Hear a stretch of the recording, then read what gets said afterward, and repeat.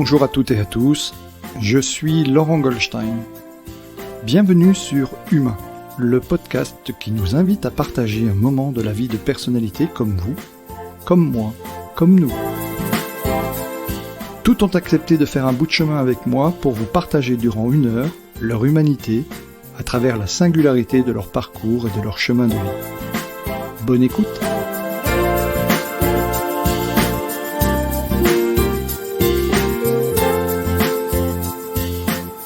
Bonjour à toutes et à tous, je suis aujourd'hui en compagnie de l'accompagnatrice des sportifs de l'extrême, Karine Plagnard. Bonjour Karine. Bonjour Laurent. Merci d'avoir accepté mon invitation, merci d'être avec nous aujourd'hui et de nous consacrer du temps. Est-ce que tu peux te présenter en quelques phrases, nous expliquer qui tu es, ce que tu fais et comment tu es devenue la personne que tu es aujourd'hui, et puis naturellement passer un petit peu de temps sur ce type d'accompagnement des sportifs de haut niveau, sportifs de l'extrême comme tu as tendance à le dire. Et j'en profite d'ailleurs pour saluer Stéphane Brunière qu'on avait eu à ce micro, qui est lui-même un grand aventurier et qui fait toujours des choses invraisemblables. Voilà. Donc si en quelques phrases tu peux te présenter, ça serait parfait. Mais alors je souris parce que je me sens toujours très empotée avec ce type de questions.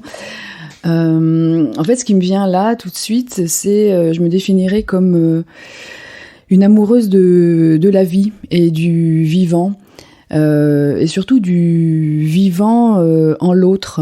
Et là, c'est marrant parce que ça me permet de prendre conscience, en fait, là, cette rencontre ce matin, que c'est certainement ce qui a animé tout mon parcours de vie et par rapport même à mes différentes expériences professionnelles, puisque j'ai fait beaucoup de formations au départ, d'activités de conseil, parce que j'avais une formation à lycéenne là, de grande école de commerce et management. Et quand je me suis sentie prête à aller là où j'étais vraiment appelée, je suis allée me former en fait à la psychanalyse, à la psychothérapie et à l'art-thérapie. Et j'ai été art-thérapeute en psychiatrie pendant 17 ans. Ça a été vraiment des moments fabuleux, justement par rapport à cette rencontre du vivant chez l'autre.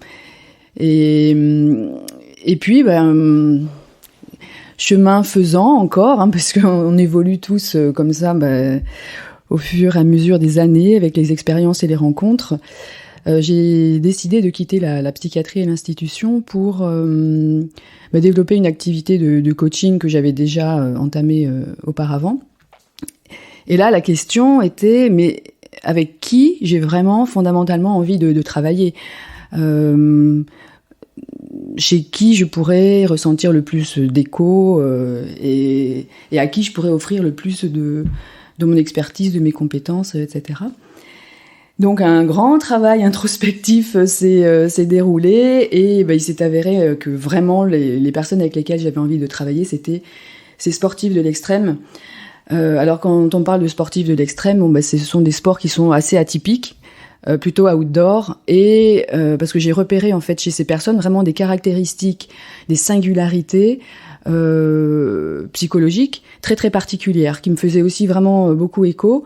Et là je me suis dit, c'est vraiment avec ces personnes que je vais pouvoir apporter un maximum de mes compétences, de mes expériences et de mon expertise. Voilà, et donc là je suis en train de développer cette activité. J'ai fait des rencontres assez fantastiques et ça me conforte dans le fait que je suis à ma place là, et donc ça me ravit, quoi, ça me réjouit. La joie aussi, vraiment, c'est quelque chose qui m'anime beaucoup, le fait aussi de la générer, de pouvoir la générer chez l'autre, quoi. Voilà. Ouais. Alors, toi-même, tu es une grande sportive, tu as fait des ultra-trails aussi, du cyclisme, pas mal. Mais à la base, tu ne te destinais vraiment pas à ça, puisque tu le disais toi-même, tu as fait une grande école de commerce, tu partais dans le consulting, dans quelque chose de très carré, allons-nous dire. Voilà, À quel moment tu as la bascule et à quel moment tu te dis, ok, je vais plutôt aller vers l'accompagnement de l'humain, alors que c'était pas forcément ta destination initiale? Qu'est-ce qui fait que tu vas aller vers la thérapie, l'art-thérapie, parce que tu n'as pas fait de FAD? Enfin, voilà. Initialement, tu as fait un cursus école de management, quoi. Mais en fait, qu'est-ce qui était déterminant, voilà. Depuis petite, je crois, j'étais toujours fascinée par le fonctionnement de l'autre. Je passais vraiment énormément de temps à regarder comment les autres fonctionnaient. Et je me souviens avoir dit une fois à ma mère, en fait, quand je serai grande, j'aimerais bien être sociologue. Et en fait, je me suis dit, mais finalement, non, c'est pas sociologue, c'est pas le fonctionnement d'un groupe qui m'intéresse, mais c'est le fonctionnement de l'individu au sein d'un groupe qui m'intéresse. Donc c'est cette individualité, moi, qui me fascine. Et donc même quand j'étais en école de commerce et que j'ai travaillé après, donc j'ai fait beaucoup de formations et d'accompagnement, alors des équipes ou des individus. Donc c'était déjà là. Et puis, grande école de commerce, pourquoi ? Parce que j'étais très bonne à l'école. J'avais pas envie de faire de fac, donc j'ai fait une classe préparatoire, grande école, gestion de projet, etc. Et à un moment donné, je me suis dit bon, ok, j'aime bien mon travail, mais c'est pas là vraiment que j'ai envie d'aller. Et donc, à un moment donné, parce que c'est toujours cette question de moment, quoi, où il y a cette espèce d'évidence qui apparaît, j'ai dit non, faut que j'aille là où je suis appelée. Et là où j'étais appelée, c'était là où je pouvais faire à la fois une pratique artistique, de l'écriture et de la psychologie ou de la psychanalyse, quoi. Donc j'ai démissionné de mon poste de chef de projet et puis voilà, je suis allée me former.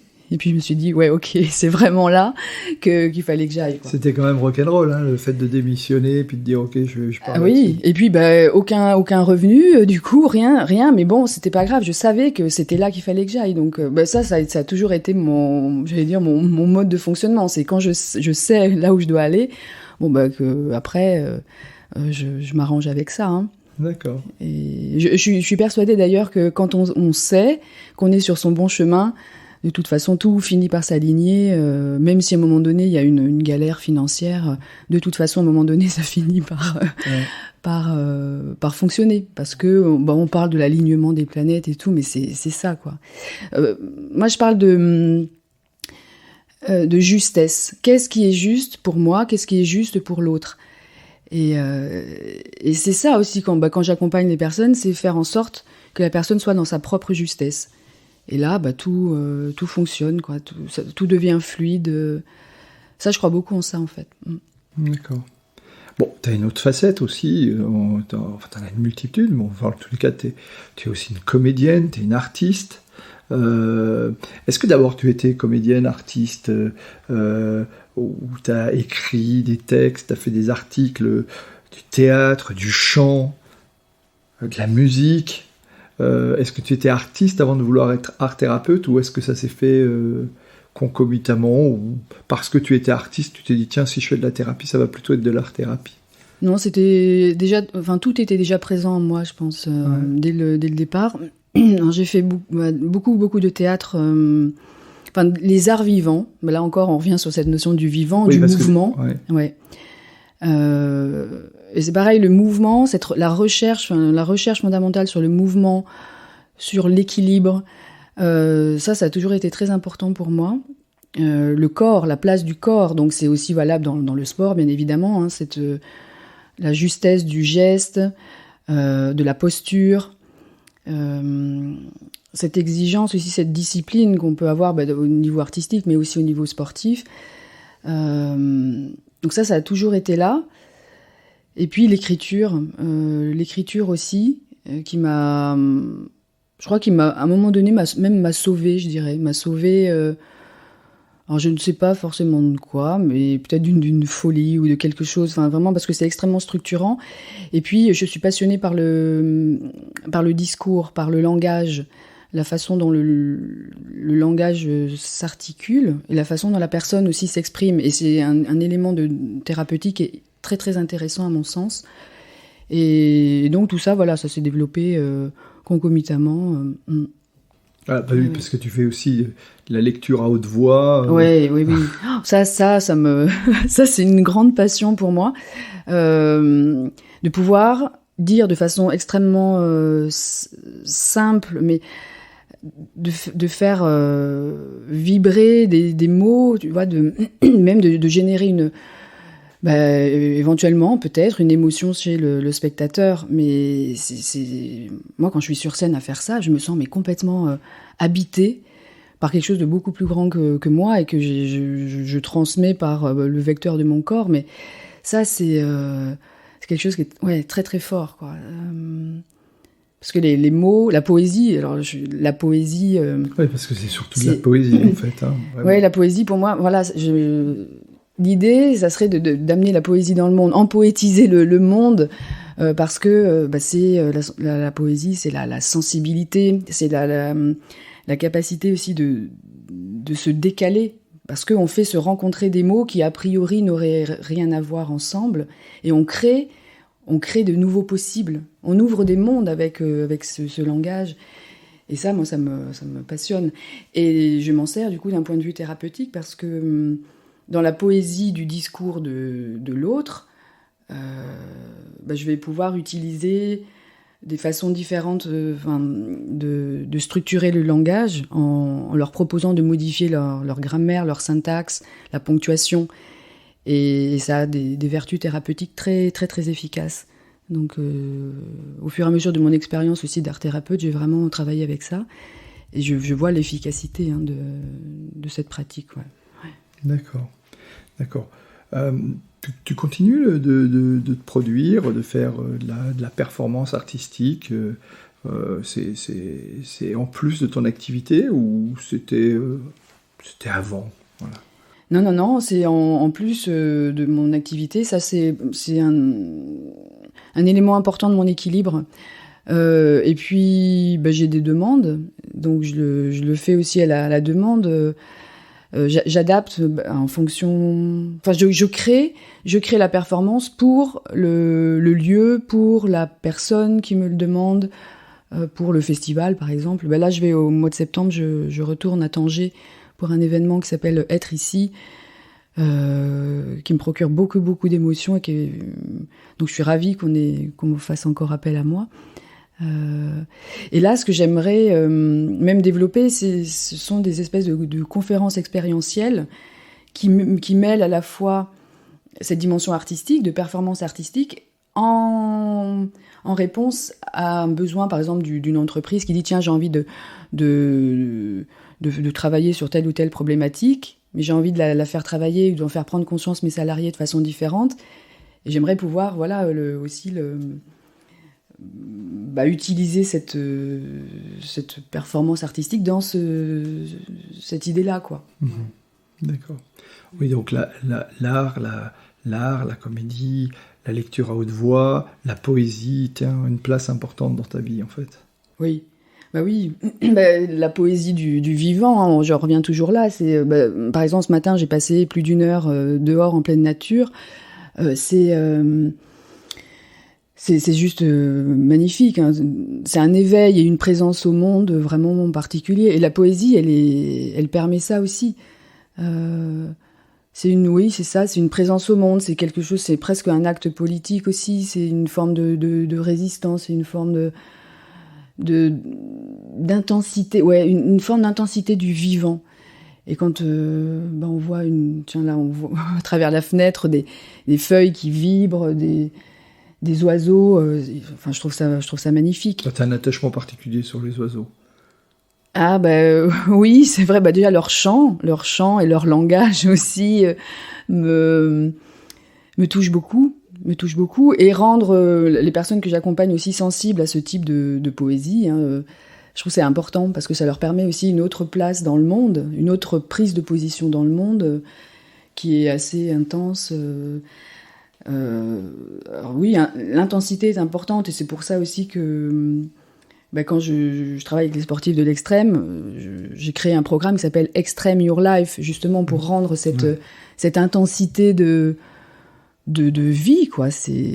Parce que la vie, on n'en a qu'une, donc voilà, autant faire en sorte qu'elle nous soit la plus juste, la plus intense possible. Se sentir pleinement vivant. Et d'ailleurs, ça fait écho au fait que j'avais vécu une expérience de mort imminente, et je pense que cette dimension du vivant, elle est d'autant plus importante depuis ça, quoi. Ouais. Ouais. Oui, alors on y serait venu, pas forcément sur la tienne, mais tu dis sur ta page, tu dis mon expertise réside plus particulièrement dans la désidération des traumas, et tu mets entre parenthèses blessure, chute, deuil, EMI, donc ça, forcément ça interpelle. Est-ce que tu peux nous en dire un mot? Comment est-ce qu'on accompagne finalement quelqu'un qui a fait une EMI? Alors j'en profite, je salue l'ami Afi Mpoutou, que tu connais aussi. Oui. Voilà, qui a fait tout un travail là-dessus, qui s'est passionné de ça, enfin en tous les cas qui a fait un gros travail là-dessus. Est-ce que tu peux nous en dire un mot? Voilà, et peut-être de ta propre expérience, mais aussi de l'expérience de ceux que tu accompagnes, parce que c'est... Je me souviens des travaux de Afi, et il disait beaucoup... il parlait de la solitude, de l'isolement, voire de la colère des personnes qui avaient vécu cette EMI, et voilà, il y avait tout un travail à faire, hein, de reprise, j'ai envie de dire, dans la vie. Pour lui, c'était vraiment important, de ce type d'accompagnement qui semble un peu qui n'est pas courant, en fait. Mm-hmm. Oui, parce que en fait, c'est la rencontre avec la mort, alors que ce soit sa propre mort dans le j'ai failli mourir, ou le fait d'avoir vécu donc une expérience de mort imminente, donc d'être allé un peu plus loin que le, entre guillemets, le simple j'ai failli mourir. Donc ça, ou la rencontre de la mort aussi par la mort de l'autre, hein, donc dans un deuil, amène un état psychologique très très particulier, donc une forme de sidération, parce qu'on sait tous de façon très abstraite que l'on va mourir, ok, mais donc ça reste quelque chose de très abstrait. Mais quand corporellement on vit cette possibilité de mort, donc ça devient vraiment quelque chose de concret. Et là, ça génère une forme de sidération, parce que c'est vraiment une rencontre particulière, quoi, quand même, avec la mort. Et donc dans cette sidération, il y a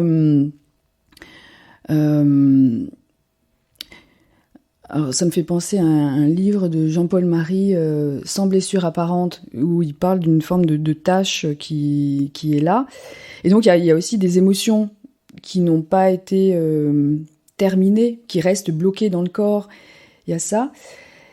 Et tout le travail va être de remettre du mouvement là où ça s'est figé, là où il y a eu cette forme de sidération.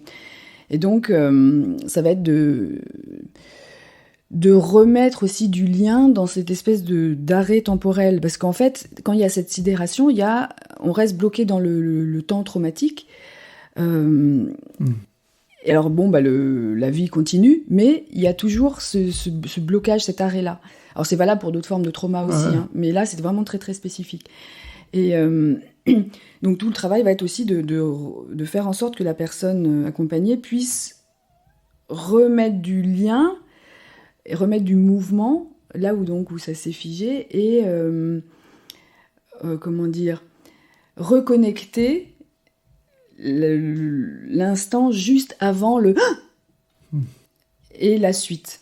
Parce qu'il y a, c'est-à-dire reprendre là où on en était avant cette phase traumatique, appelons-la comme ça, ou cette phase où j'ai failli mourir, ou même je suis mort quelques minutes, enfin voilà, et reprendre là où on en était avant, quoi, en fait, c'est ça. Ouais, et essayer de recoller, de remettre du mouvement par rapport à ça. C'est ça, et redonner du sens. D'accord. Parce qu'il y a à un moment donné une perte de sens quand ça fait trauma. Ça fait trauma, ça fait trop mal. Il y a aussi ça. C'est de redonner du sens. Et alors ensuite, donc, alors après on pourrait parler de la pratique vraiment plus spécifiquement, mais c'est donc permettre aux personnes aussi de parler très très concrètement de ce qu'ils ont vécu, de ce qu'ils ont vu. Par exemple, s'ils ont vu la mort de l'autre, donc c'est vraiment revenir sur des choses extrêmement concrètes. Comment était la personne, comment elle était habillée, de quoi vous vous souvenez, parce que souvent les personnes qui ont vécu ça reste avec une image qui est bloquée, en fait. Et même 30 ans, 40 ans après, quoi. Et donc, c'est vraiment leur faire parler, mais de façon très, très, très concrète du vécu. Et là, ça remet du mouvement. Et puis, parler de la mort, c'est pas tabou, quoi, aussi. Et ça soulage aussi beaucoup. Ouais, c'est pas naturel dans nos sociétés occidentales. Et non, et pourtant, on voit le bien que ça fait à une personne qui a vécu ça, de pouvoir dire, mais très concrètement, son vécu. Et même si c'est des choses qui peuvent paraître très trash, mais en fait, non, pas du tout. Et c'est un profond soulagement.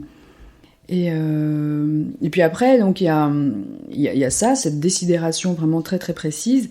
Et ensuite, il y a, comme tu le disais, l'accompagnement sur, parfois par rapport à un phénomène dépressif, cette sensation aussi d'un état de déréalisation, de dépersonnalisation aussi même parfois, donc qui génère aussi une grande solitude ou l'impression de marcher à côté de sa vie ou d'être complètement à côté de la plaque, tu vois, un peu éthéré comme ça. Donc c'est ramener à du concret, vraiment du concret pour se réancrer dans sa vie, se réancrer même sur Terre, parce que des fois, enfin, moi je l'ai vécu, je suis restée très longtemps, alors pas complètement perchée, mais à côté, quoi, à côté. D'accord. Et bon, c'est... Tu as vécu, toi, ton expérience de mort imminente assez jeune, hein, me semble-t-il. C'était en 2004, ouais. Oui, je sais pas quel âge tu avais, mais bon, t'étais relativement jeune, on va dire, voilà. Oui, si. 21 ans, oui. Non, bah oui, 21 ans, c'est jeune quand même.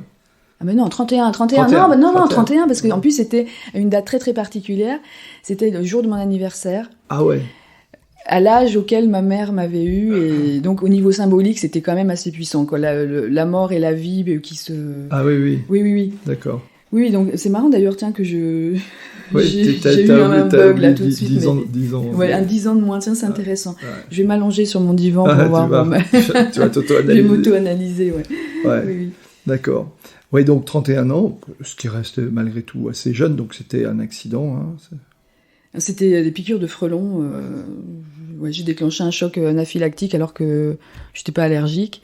Ouais. Et je suis partie bien, bien loin. D'accord. Mais dans un état de très, très grande sérénité. C'était... En fait, je crois que je suis contente d'avoir vécu ça.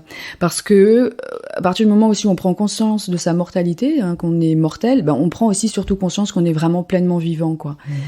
Et c'est ça qui est important aussi de faire prendre conscience à l'autre aussi, qui vit ça.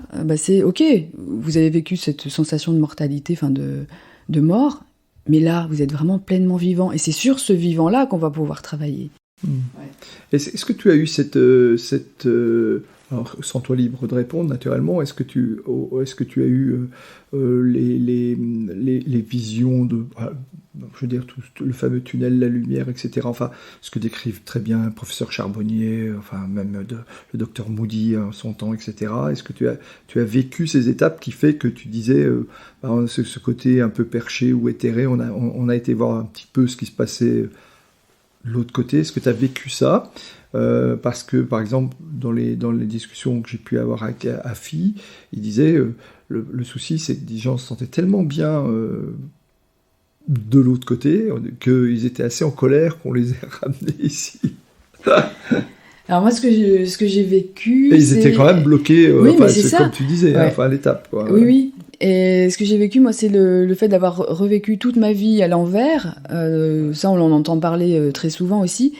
Et alors, je me souviens m'être dit à ce moment-là, « Oh, mais c'est tellement génial tout ce que tu revois, essaye de t'en souvenir. » Alors, je me souviens pas précisément de... Oui, tu te souviens pas d'avoir conceptualisé ça comme ça, en fait. Non, mais c'est le souvenir que j'ai de m'être dit ça. Et en fait, tous les événements que j'ai revécus, même si je m'en souviens pas très concrètement, je sais que ce ne sont que des événements qui étaient partagés avec d'autres. Mmh. Et... Dans tes interactions humaines, en fait. Que des interactions humaines, c'est ça. Et alors, la seule image dont je me souviens, c'est apparemment le jour de ma naissance, en fait, où il y avait... alors, j'ai demandé confirmation à ma mère, après. Je vois encore dans la chambre de l'hôpital, là, la maternité. Apparemment, il y avait le gynécologue obstétricien, là... et les meubles. Voilà, j'ai ça. Bon, mais par contre, je suis pas allée, j'ai pas vu de la lumière, non. Le tunnel, tout ça, j'ai pas ça.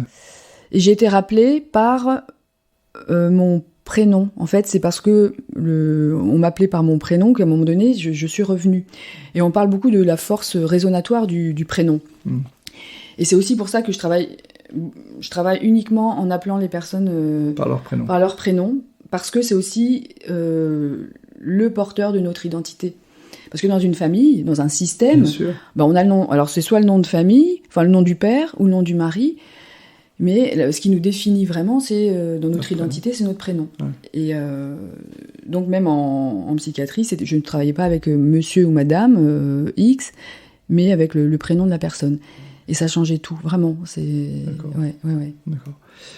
Donc, ce n'est pas forcément les sportifs que tu accompagnes restons sur le deuil ou l'EMI, c'est pas forcément les sportifs.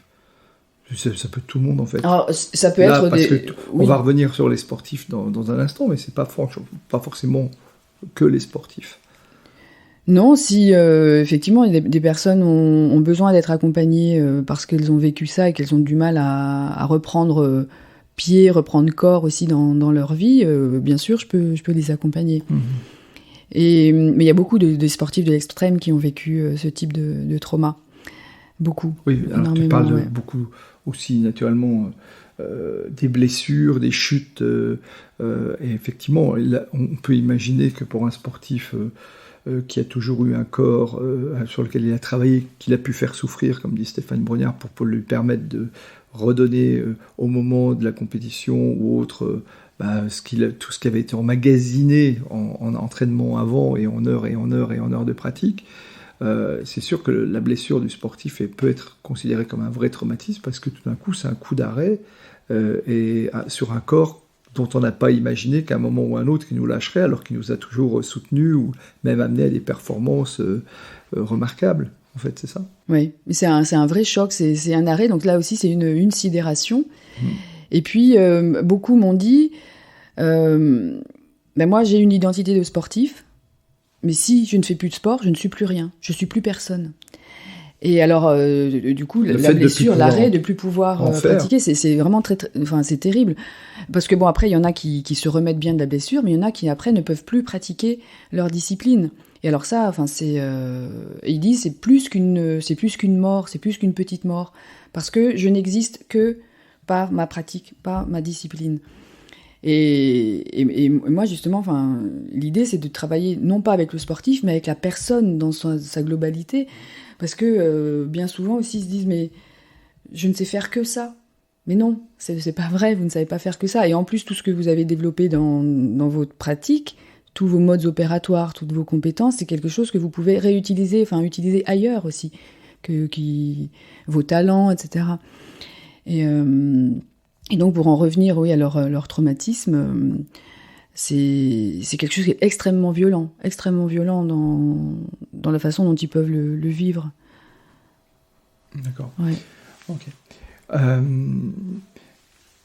La bascule, alors j'aime bien cette phrase, je t'en ai parlé tout à l'heure, tu dis accélératrice de particules. Je dis mais qu'est-ce que ça veut dire accélératrice de particules?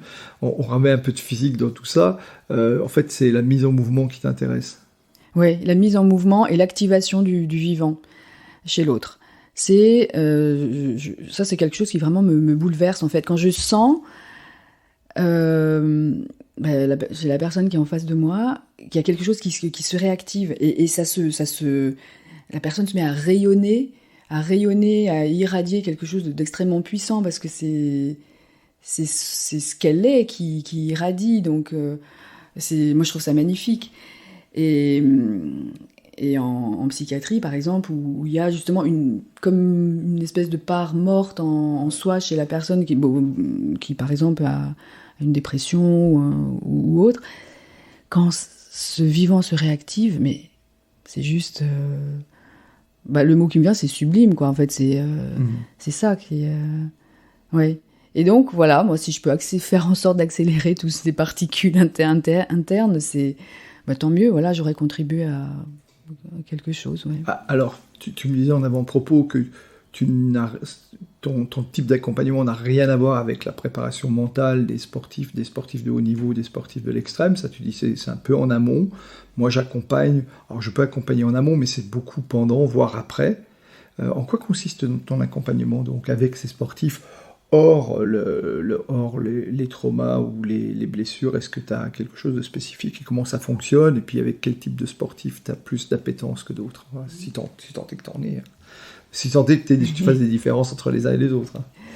Alors oui, je ne fais pas de la préparation mentale parce que je ne vais pas, quand j'accompagne, donc c'est la personne, donc c'est pas le sportif. Alors je vais pas me focaliser sur la préparation d'une compétition, par exemple, d'un acte sportif, mais plus sur comment permettre à la personne de trouver son équilibre global qui va lui permettre de performer après dans les compétitions, etc.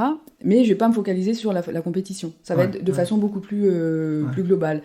Sur sa vie, sa dimension personnelle, son accomplissement en fait. Son accomplissement personnel, donc à tout niveau. Au niveau social, au niveau familial. De façon à lui permettre de trouver cet équilibre qui va lui apporter de la sérénité, du bien-être, qui lui permettront d'être vraiment performant après. Bon, j'ai l'exemple là d'un jeune rider que j'accompagne. Bon, déjà, en travaillant sur la confiance en lui de façon globale, j'étais contente d'apprendre qu'il avait gagné la dernière compétition qu'il a faite. Parce qu'il avait retrouvé l'affirmation de soi, une confiance, alors qu'on n'a pas du tout travaillé sur le vélo, quoi. Pas du tout. On n'a même pas évoqué, quoi. Donc je trouve ça intéressant. Alors peut-être, je pourrais dire, oui, je fais peut-être plus de la post-paration que de la préparation mentale, parce que je vais aussi accompagner vers certains, alors qui sont professionnels, vers la dimension de la reconversion aussi, reconversion professionnelle. Qui reste aussi un traumatisme. Qui peut être très compliqué, ouais. Oui, si on ne le prépare pas vraiment, si on ne s'y prend vraiment pas.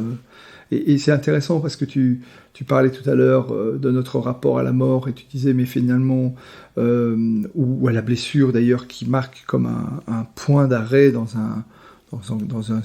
finalement une vie qui peut être plus ou moins linéaire, mais enfin en tous les cas qui défile de toute manière. Oui, ça veut dire faire rupture, en fait, voilà. C'est ça, Et c'est intéressant aussi de voir comment certains sportifs de haut niveau, et je pense à certains que j'ai pu côtoyer dans ma vie, pensent que leur carrière ne s'arrêtera pas en fait quand ils sont dedans. Ils sont tellement mobilisés sur leurs entraînements, leur préparation, ils ne voient pas finalement la fin, ils n'imaginent dans tous les cas pas la vie autrement que comme ça.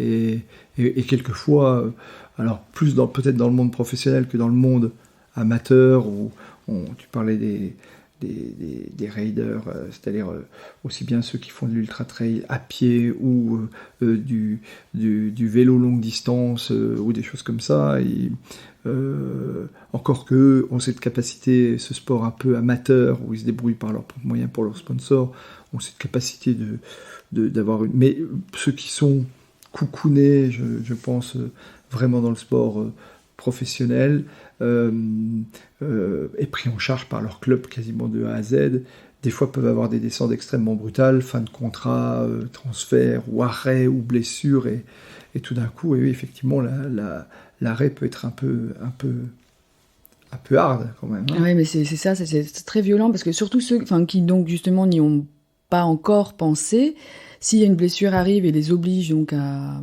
imaginer donc la suite, c'est vraiment c'est comme c'est une effraction psychique, c'est-à-dire que ça fait vraiment trauma parce que ça n'était même pas de l'ordre du pensable, de l'imaginable. Donc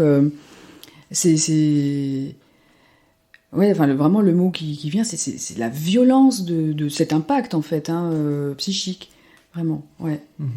Donc voilà, l'idée, c'est de pouvoir accompagner, adoucir ça, et puis remettre là encore du mouvement, et puis de la perspective aussi pour le sportif. oui. Mais c'est vrai que pendant qu'ils sont, alors notamment chez les professionnels qui sont, comme tu dis, cocoonés par les sponsors et tout, mais ils se posent pas la question, puis ils ont pas le temps. C'est dans du non-stop tout le temps. En plus, ils sont dans la production de contenu, de les vidéos, et puis dans toute la fougue de ça. Et puis quand il faut revenir aussi à une autre forme de réalité, ils disent que c'est dur. Donc il y a beaucoup de phénomènes de dépression. Bon, il y a eu quelques suicides aussi. Et je me dis non, il y a quelque chose à faire vraiment, quoi. On ne peut pas les laisser seuls avec ça. Et donc voilà, c'est pour ça aussi que j'ai décidé de me spécialiser.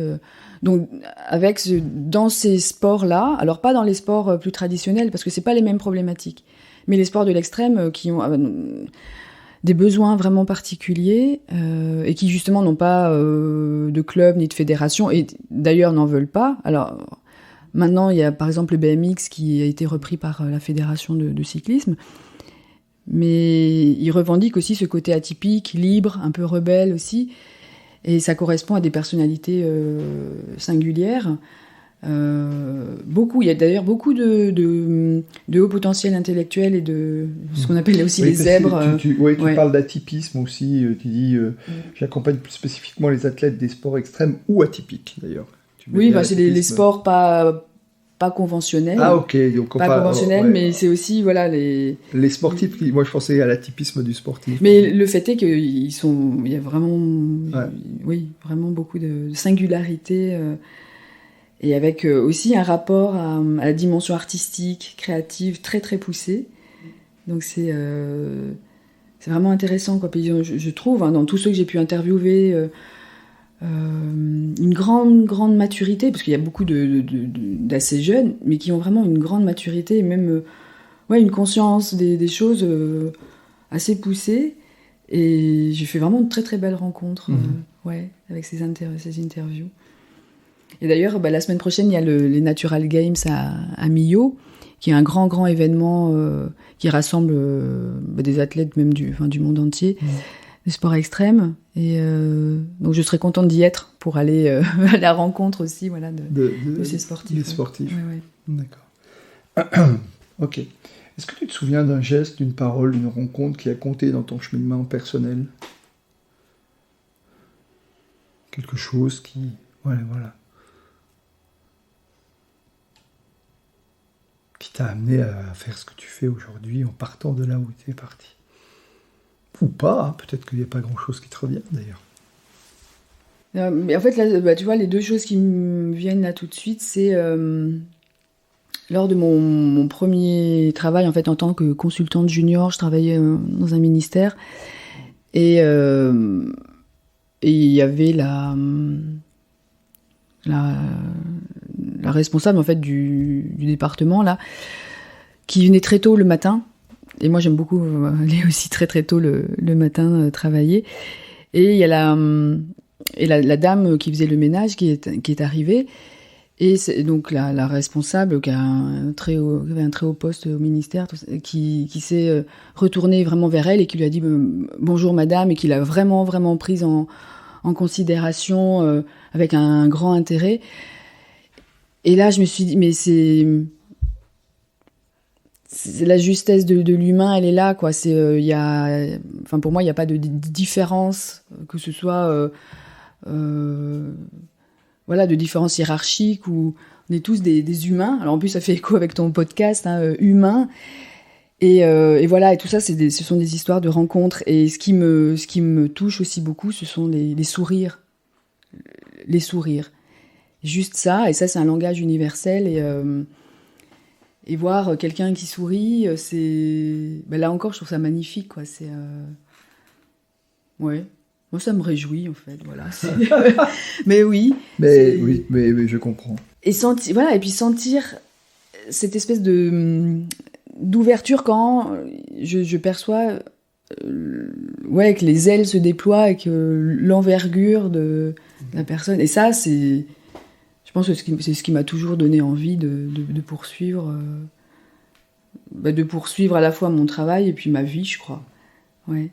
Donc les rencontres, c'est ça en fait. Je dirais la simplicité et la beauté de ça. Ouais, d'accord. D'accord. Dans le même registre, est-ce que tu te souviens du meilleur conseil qu'on t'ait donné dans la vie, ou d'un conseil, tu dis tiens ça, moi j'en ai un ou deux, moi, à titre personnel, voilà, qui m'ont marqué. Mais toi, est-ce que tu te souviens d'un conseil qu'on t'ait donné? Alors qu'on m'ait donné, je ne sais pas, mais ce qui me revient beaucoup de plus en plus, là, c'est une phrase que j'avais lue et utilisée quand j'étais en 3e. Et ça m'a toujours habité, cette phrase-là, c'était « Nul n'est plus chanceux que celui qui croit à sa chance ». Et en fait, finalement, je le mets en application tous les jours, je me la répète. Et puis ça marche, quoi. Ne serait-ce que pour trouver une place de parking, un truc comme ça, aussi basique, ça fonctionne. mais je crois beaucoup en ça. Moi, quand il y a des besoins, j'envoie la demande à la nature. Ouais. J'ai besoin d'une place de parking. Ouais. Voilà, et donc je me dis, tiens, allez, vas-y, tu veux te garer, nul n'est plus chanceux que celui qui croit à sa chance. Et tiens, comme par hasard, la sérendipité, comme par hasard, une place s'offre à moi. Donc voilà, donc, je remercie pour ce cadeau. Oui, mais c'est ça, en fait, je crois qu'au fur et à mesure, tu parles, tiens, les conseils, peut-être, c'est qu'on m'ait donné, c'est aussi de savoir remercier. La gratitude, c'est important. La gratitude. Mais même un arbre qui offre des fruits... Oui, on est OK. C'est ça me va bien. Ouais. Moi, je pratique beaucoup ça aussi. Je renvoie nos auditeurs à l'épisode avec Francis Zenz, qui est l'auteur du livre « J'aide la chance ». Et donc, il parle beaucoup... tout ce que tu viens de décrire, en fait, voilà, et la manière dont on perçoit ces événements un peu inattendus, et si on les regarde du bon côté, on se dit, tiens, finalement j'ai de la chance, mais oui, c'est notre perception des choses qui nous aide finalement à voir les choses du bon côté, voilà. Merci pour cette réponse. C'est quoi les projets de Karine pour... le second semestre 2022, là j'ai compris, il y a Tanger au mois de septembre, là tu vas aller des rencontres avec des manifestations sportives, mais c'est quoi tes projets maintenant? Il y a le développement de mon activité là, de coaching spécialisé. Je suis en train de mettre en place en fait un programme qui s'appelle Extreme Your Life, qui sera digitalisé. Donc c'est en fait c'est à destination des personnes qui sont intéressées par cette forme d'accompagnement. Donc il y aura une partie digitalisée et un accompagnement en live aussi que je proposerai. Donc ça, c'est digitalisé, c'est pour les personnes à distance, en fait, c'est ça qui seront, voilà. Oui, mais même du coup, les personnes pourront être complètement autonomes sur la réalisation de leur programme. Donc il y aura six grandes étapes. Avec du contenu, beaucoup de contenu, des coachings en live, donc individuels ou collectifs. Et donc la personne sera vraiment autonome sur, si elle a envie d'y passer 6 mois ou 2 ans ou 3 mois. Après, c'est vraiment au rythme de chacun. Donc là, je suis en train de mettre ça en place, de le créer. Donc ça va être vraiment la grosse partie du reste de l'année. Donc beaucoup de rencontres encore pour affiner aussi ce programme pour qu'il puisse répondre vraiment au mieux aux besoins des sportifs justement qui pratiquent ces sports extrêmes. Alors des sportifs qui soient amateurs ou professionnels, pour aller vers vraiment l'excellence dans leur pratique et leur équilibre de vie. Ça... Après, à titre aussi sportif, je vais faire de l'ultra gravel. Donc, ça c'est toi. Ça sera pour moi. Oui, j'ai de plus en plus envie de très longues distances là. Ouais. Alors c'est quoi l'ultra gravel? Tu peux nous en parler un peu? Là, ça sera pour les gens qui ne connaissent pas. Donc le gravel, en fait, c'est un vélo. qui ressemble à un vélo de cyclocross, mais qui permet de faire, d'aller dans des chemins, vraiment, mais des chemins même qui sont un peu engagés. Et là, donc, ça sera, oui, entre 200 et 500 km pour traverser une bonne partie de la France, là. Ça. Ah, tu le fais en solitaire ou avec d'autres? Là, on sera deux. Sinon, je le ferai en route, vélo de route aussi, mais là, j'ai envie de le faire toute seule. Et puis de l'ultra trail aussi, parce que j'avais vraiment vécu une expérience magnifique qui reste un grand moment pour moi. Et j'ai envie de refaire ça aussi. Et puis je me suis mise à la voile. Donc là, je prépare une expédition à la voile. Donc là, j'étais partie m'entraîner là, il y a 3 semaines. Voilà, donc j'aime bien aussi apprendre des choses nouvelles, j'ai besoin d'apprendre tout le temps. D'accord. Et me mettre dans un état d'enseignabilité zéro, où vraiment j'ai appris un autre langage, j'ai appris d'autres gestuels, j'ai appris... Et je trouve ça chouette en fait de pouvoir se déployer encore un peu plus. Tu ne t'inscris pas dans finalement, tu parles d'ultra-bike, enfin de vélo très longue distance, tu t'inscris pas dans les compétitions qui existent déjà, je pense, la traversée de la France, notamment chaque année, il y a ces Bike Across France, enfin il me semble que c'est un truc comme ça, mais ce type de compétition. Oui, il y en a de plus en plus. Alors, c'est pas la dimension compétition qui compétition, oui, qui pas m'intéresse de tellement, challenge, oui, mais j'ai envie de le faire déjà tu le fais pour toi, en fait. off, j'allais dire en off. Alors peut-être c'est pour aussi prendre confiance en moi aussi, me dire que finalement j'ai aussi le niveau pour le faire de façon un peu plus challengeante, on va dire. Mais j'y pense. J'ai mis sur mon agenda quelques dates. Donc à voir. Se mais mesurer effectivement, aux autres, quoi.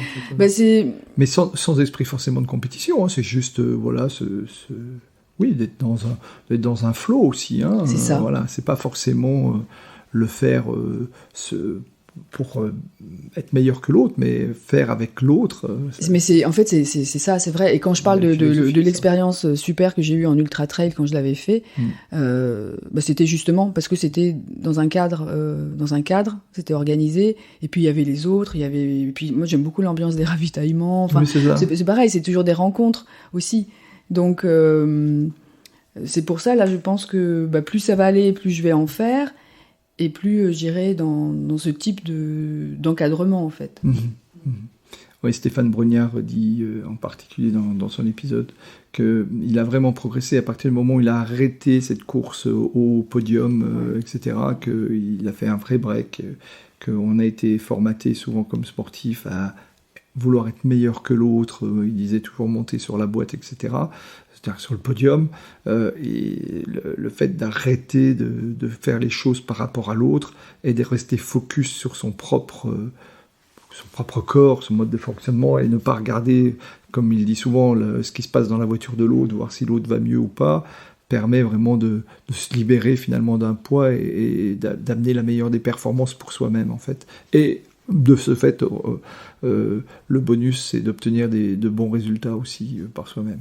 Oui, parce qu'on enlève cette pression en fait du vouloir. Moi, je travaille justement beaucoup sur ça, sur le quitter le vouloir. Parce qu'à partir du moment où on veut, ça génère une espèce de pression et de contraction même musculaire. Et ça, je l'avais vraiment expérimenté par le tir, grâce au tir. Oui, que ce soit le kyudo, le tir à l'arc japonais, ou le tir au pistolet que je pratiquais. Justement, j'avais pratiqué ça pour faire ce travail mental en fait. D'enlever cette pression du vouloir, parce que si je me dis je veux atteindre cette cible, la petite crispation musculaire fait que de toute façon ça marche pas. Et donc tout le travail c'était d'amener ce vide mental, enlever ce vouloir et juste dire tiens, je fais ce tir. Et c'était détacher le tir de celui d'avant et de celui d'après. Et ça, c'est un super travail mental qui est très très utile après, justement, dans le coaching. D'accord. Est-ce que tu as des rituels personnels, comme le rituel du matin, et comment tu gères l'énergie et la pression, en fait, Comment tu gères tout ça? Alors, j'ai compris que la nature était importante. Pour toi, d'aller marcher dans la nature, ça te faisait un bien fou, mais est-ce que tu as des rituels ou parce que tu parlais de discipline, on a tout à l'heure au début d'épisode, est-ce que toi-même tu as des rituels personnels qui te permettent de bien gérer la pression, l'énergie, voilà. Alors pour être à l'équilibre, moi tous les matins en fait j'ai une pratique physique. Alors ça n'est jamais la même, ça va être aussi en fonction de mon envie du moment. Mais donc ça peut être du renforcement musculaire, ça peut être du yoga. Alors j'ai un travail de respiration aussi, de respiration, de méditation. Donc ça c'est tous les matins. En plus j'adore me lever très tôt. Enfin, mon horaire idéal c'est vers 5 heures. Idéalement, voilà, quand c'est 5 heures. Et là c'est pareil, c'est sentir le soleil qui se lève, la vie qui commence à s'agiter. Enfin, j'adore me lever. Et donc, voilà, dès ce moment-là, j'ai cette pratique. Pratique. Ça, c'est indispensable. Et puis, pour gérer la pression, moi, c'est prendre le temps de m'extraire. Donc, ça peut passer par de la méditation aussi, si j'ai besoin. L'ancrage aussi. L'ancrage corporel, donc avec cette posture très spécifique, des pieds parallèles dans notre verticalité. Ça, c'est très aidant pour moi. Et oui, ça passe essentiellement par ça. Donc vraiment du corporel, moi. Mm-hmm. Corporel, méditation, ouais. Et puis oui, donc la méditation aussi c'est une forme de connexion à quelque chose de plus grand que soi qui je trouve apaisant. Ouais. D'accord. Très bien. Merci.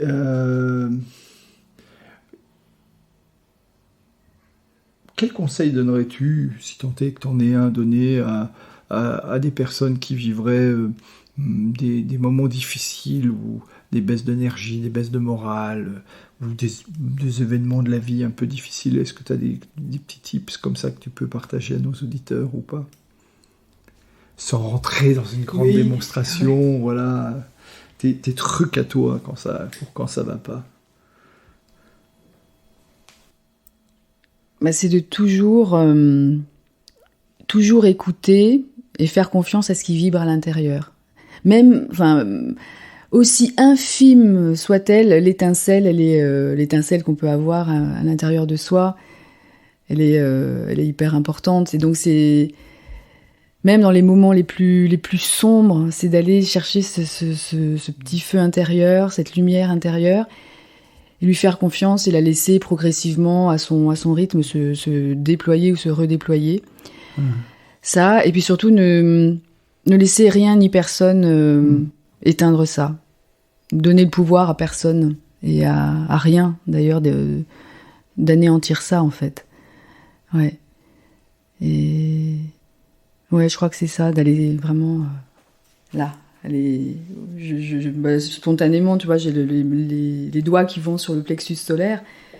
C'est peut-être là que ça se situe, ou au niveau du hara, sous le nombril, mais ouais, vraiment de faire confiance à ça, quoi. Merci, Karine. Où aimerais-tu être si on n'était pas l'un en face de l'autre, alors si? C'est un endroit dans lequel tu aimerais être.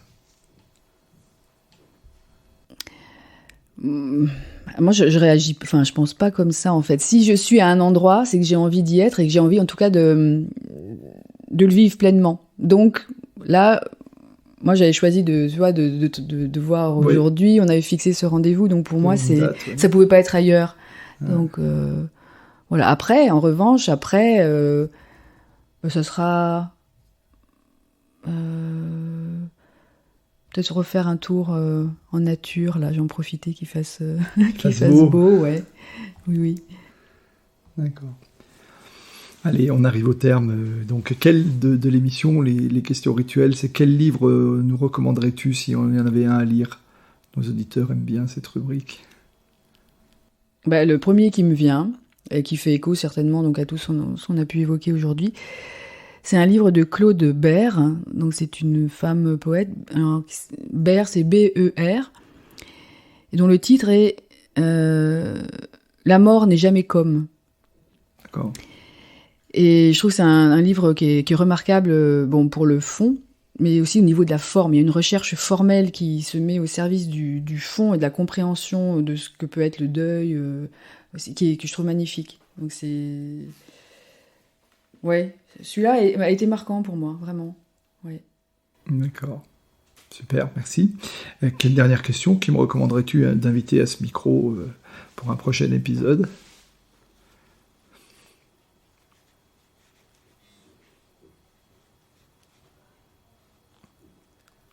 Oh, tu n'es pas obligé de répondre tout de suite. Oui,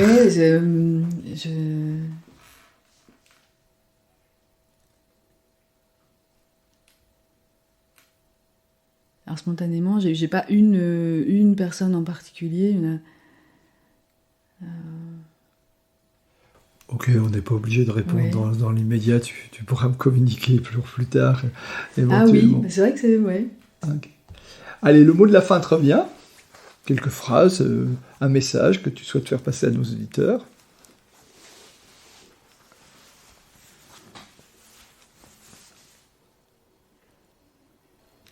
Mais je suis quand même beaucoup là-dessus aujourd'hui. Hein. C'est aimer la vie et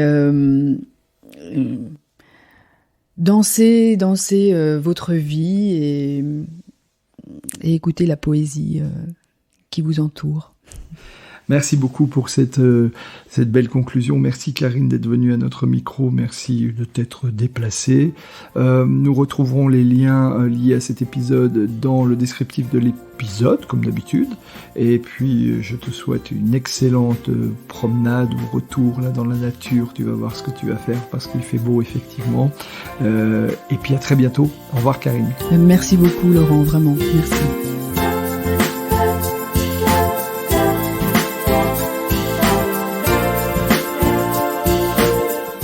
Merci d'avoir écouté cet épisode jusqu'au bout.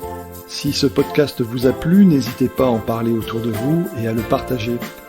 Pensez aussi à nous soutenir en mettant une note, un commentaire et à vous abonner sur votre plateforme de podcast préférée. Vous trouverez les liens liés à cet épisode dans la description. À la semaine prochaine pour une nouvelle rencontre.